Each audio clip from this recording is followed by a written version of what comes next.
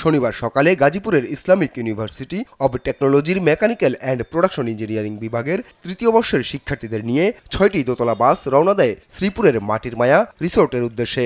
যাত্রার এক পর্যায়ে জৈনাবাজার এলাকায় রিসোর্টে যাওয়ার সরু সড়কে প্রবেশের সময় বিদ্যুতের লাইনে লেগে বাস বিদ্যুতায়িত হয়ে ঘটে দুর্ঘটনা। যা শুনতে পারলাম যে 3টা বাস চলে গিয়েছিল। 3টা বাস চলে যাওয়ার পর চতুর্থ বাসটা খুব সম্ভবত সেটা একটু বাঁকা করে যাচ্ছিল, পাশে ইলেকট্রিক লাইন ছিল। আমি ইলেকট্রিক লাইনটা দেখার সুযোগ পাইনি, যেহেতু বললাম যে আমি রাশের ভিতরে গিয়েছি, বাট ধারণা যে ওখান থেকে পুরো বাসটা ইলেকট্রিফাইড হয়ে যায়। ইলেকট্রিফাইড হয়েছে এখন বাসে আপনি জানেন যে কিছু ইনসুলেটিং সাবস্টেন্স থাকে। আমি যেটার উপর বসে আছি এটা কমপ্লিট লোহা, এটার উপর প্লাস্টিক থাকলে কিছু হতো না। হয়তো মেজরিটি বাসের সিটে বসা ছিল, এর জন্য এটা আমি সম্পূর্ণ অ্যাজাম্পশনের উপর বলছি। তো যারা হয়তো দরজার কাছে বা রেলিংয়ের কাছে বা ওপেন নন ইনসুলেটেড সাবস্টেন্সের কাছে ছিল, যেটা কন্ডাক্টর, এটা ধরার সাথে সাথেই হয়তো ফার্স্ট একজনের রিয়াকশন হয়। আর আমি যতটুকু শুনেছি যে মাহিনকে বাঁচাতে গিয়েছিল জুবের আলম সাকিব, সেই বন্ধুকে বাঁচাতে গিয়ে সেও ইলেকট্রিফাইড হয়।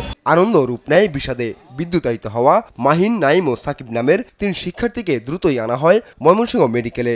আসার পথেই মৃত্যু হয় বলে জানান চিকিৎসক। এরপর 2টি মাইক্রোবাসে নিয়ে আসা হয় আহত আরও 2 শিক্ষার্থীকে।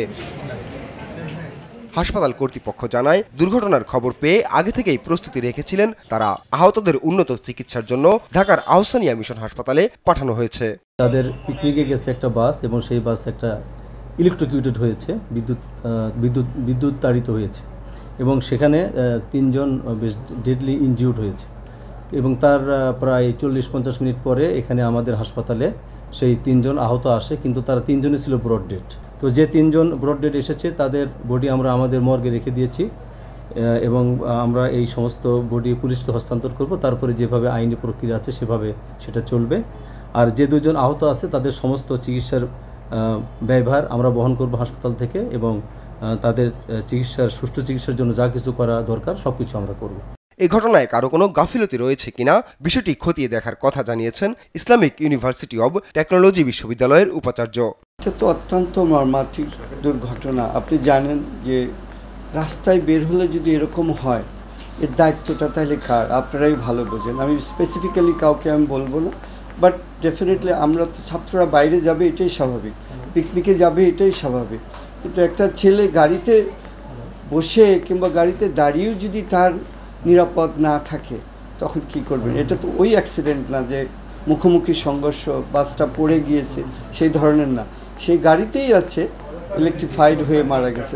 দুর্ঘটনার পর পিকনিক বাতিল করে শিক্ষার্থীকে পাঠিয়ে দেওয়া হয় ইউনিভার্সিটি অব টেকনোলজির ক্যাম্পাসে। তবে অনেক শিক্ষার্থী ও সহপাঠী ছুটে আসেন হাসপাতালে। নিউজ ডেস্ক, দেশ টিভি।